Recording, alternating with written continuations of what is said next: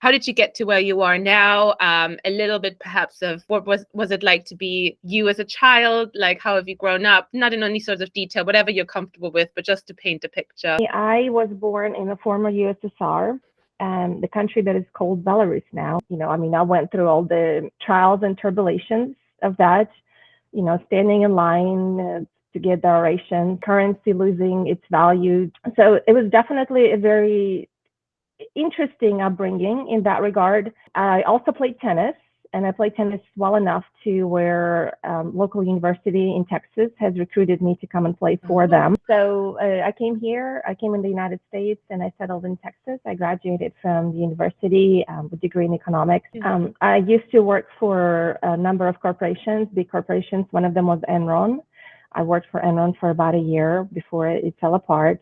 That was a great experience. And then I also, worked for one company and then another company. And then I ended up opening my own consultancy a couple years ago with focus on startups and small and medium businesses. Just if you had to define what confidence means to you, what would that be? The way I would see what confidence is the ability to do what you love doing and what you want to do. The ability to have enough confidence in yourself to know that what you're doing, what you're passionate about is really, really good. Perfect. Thank you. And how about yourself? Have you ever lacked confidence in life? All the time. All the time. I wish I could say that I grew up a confident person, but I did not. Growing up in a society where being different was something that your parents, your teachers, your coaches, would try to hide, and would try to make sure that, no, you have to be standard, right? Because if you think about it, USSR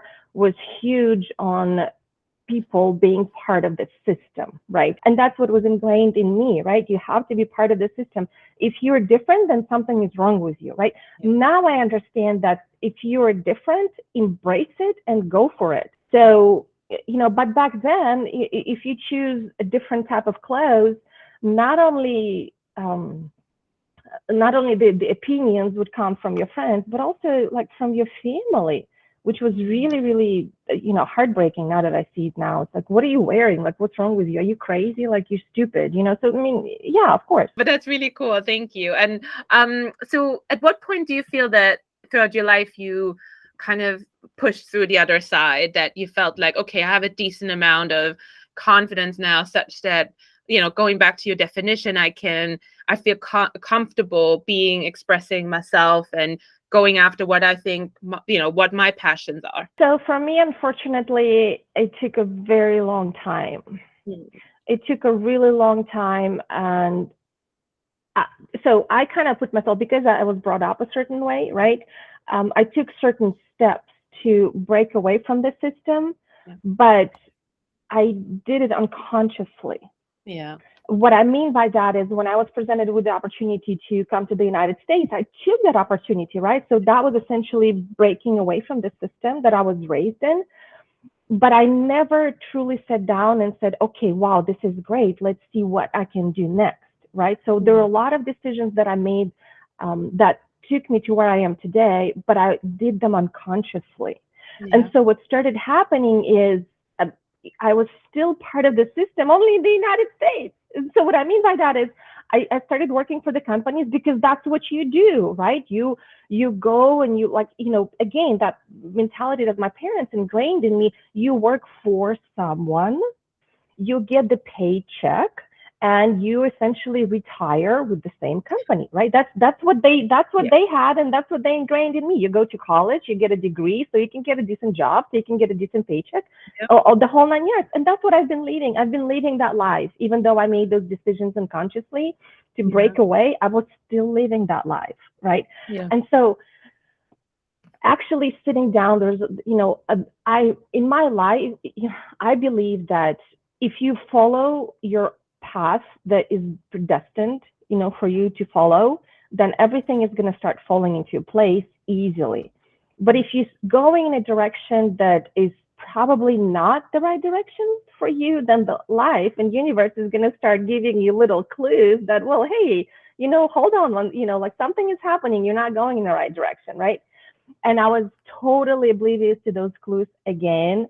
And only until, unfortunately, really bad stuff happened to me and my family, where I sat down and I started internalizing and thinking and analyzing, well, hold on, something is happening.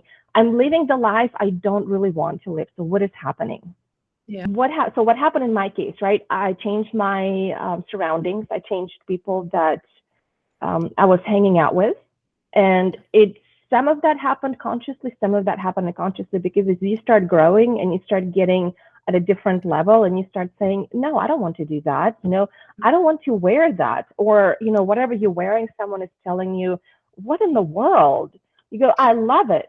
This makes me feel great. I love it. So if you don't like it, walk away, right? Yeah. And so that's what started happening, right? That shift started bringing different types of people, different they were at a different level of their mental, spiritual, all sorts of other things.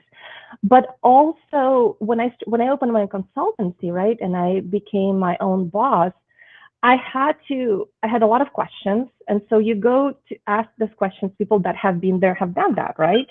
Yep. And I realized that, oh my goodness, people that run their own businesses, they start their own businesses, they're completely different from people who work 9 to 5 and collect a paycheck.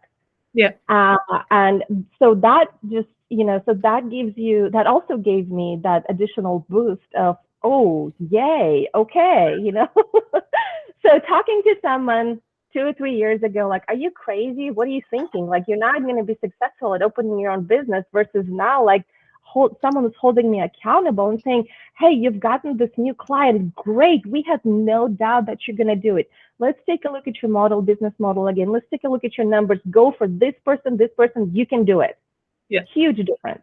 Yeah.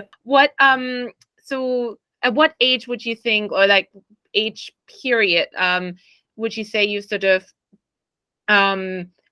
properly built your confidence the way you've described it, and sort of what were the key light bulb moments along that way that really, you mentioned coaches and things like that really sort of set you on your path? I think it's a really good question. And so unfortunately, I can't pinpoint one moment. I mean, there was one big moment, when, the bad things unfortunately happened a couple of years ago.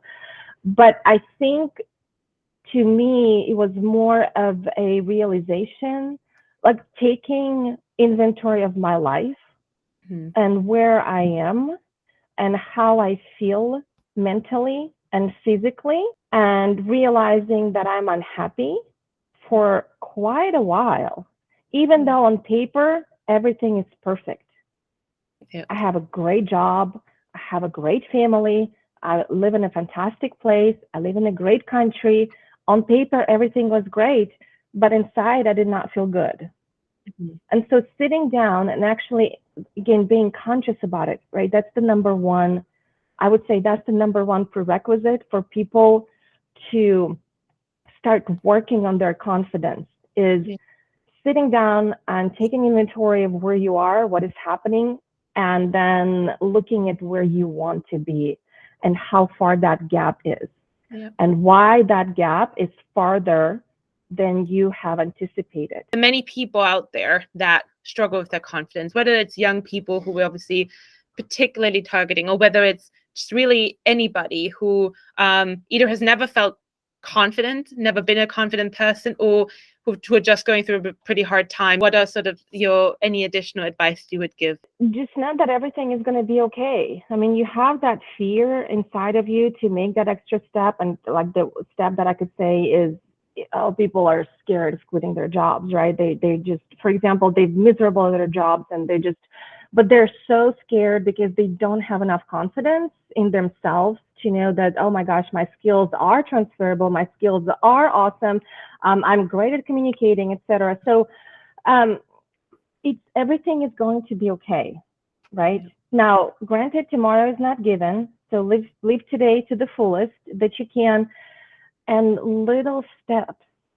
Take the inventory of the things that you were good at, that happened today to you, that you're grateful for, and you will see how your wings will start spreading, and how your head and chin will start getting higher, and your back and everything will go straighter.